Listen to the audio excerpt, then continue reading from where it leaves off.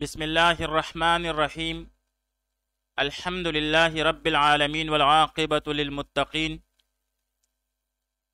والصلاة والسلام علی خیر خلقہ محمد وآلہ واصحابہ اجمعین۔ آج زاد الطالبین میں ہمارا 53واں سبق ہے، جس میں ہم حدیث نمبر 46 کا ترجمہ، لغوی و صرفی تحقیق، تشریح اور ترکیب کے بارے میں پڑھیں گے۔ حدیث نمبر 46 ہے، طلب العلم فریضۃ علی کل مسلم۔ طلب العلم فریضۃ علی کل مسلم۔ طلب العلم، علم دین حاصل کرنا،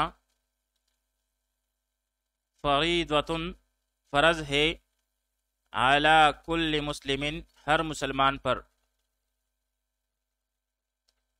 طلب العلم، علم دین حاصل کرنا، فریضۃ، فرض ہے، علی کل مسلم، ہر مسلمان پر۔ اب یہاں پر طلب بمعنی خواہش، حاصل کرنا، تلاش اور جستجو۔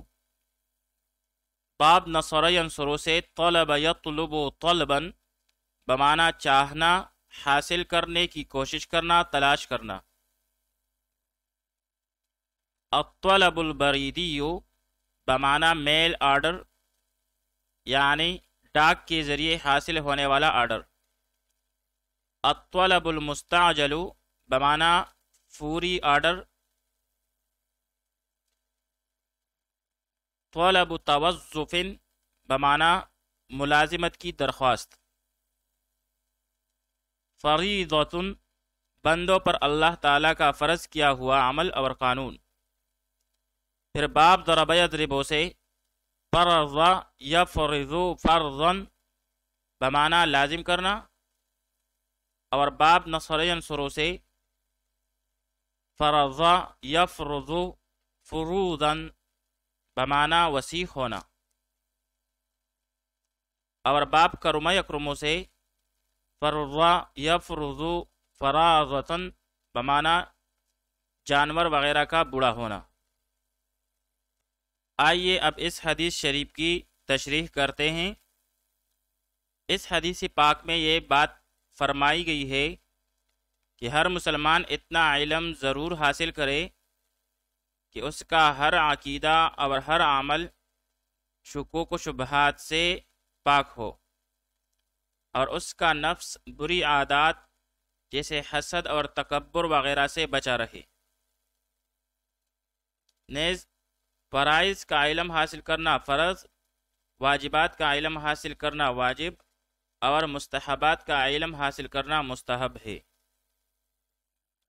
امام مالک رحمۃ اللہ تعالی علیہ نے اس حدیث کے بارے میں فرمایا کہ آدمی اتنا علم حاصل کرے کہ اپنے دین سے فائدہ اٹھا سکے۔ حسن بن الربیع رحمۃ اللہ تعالی علیہ نے جب عبداللہ ابن مبارک رحمۃ اللہ تعالی علیہ سے اس حدیث کے بارے میں سوال کیا تو انہوں نے فرمایا،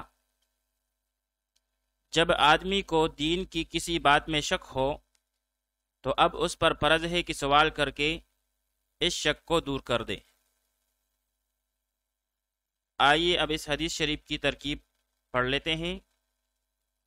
طلب العلم، طلب مرفوع بضم لفظا مصدر مضاف، العلم مجرور بالکسر لفظا مضاف الیہ، پھر مضاف مضاف الیہ مل کر مبتدا۔ فریضۃ بمعنی مفروضۃ، اسم مفعول اور اس میں یہ ضمیر مستتر جائز الاستتار، اس کے لیے نائب الفاعل۔ پھر آگے جا کر اعلی جارہ، کل مضاف، مسلم مضاف الیہ، پھر مضاف مضاف الیہ مل کر یہ مجرور ہوا اعلی جارہ کے لیے، پھر جار مجرور مل کر یہ متعلق ہوا مفروضۃ اسم مفعول کے ساتھ۔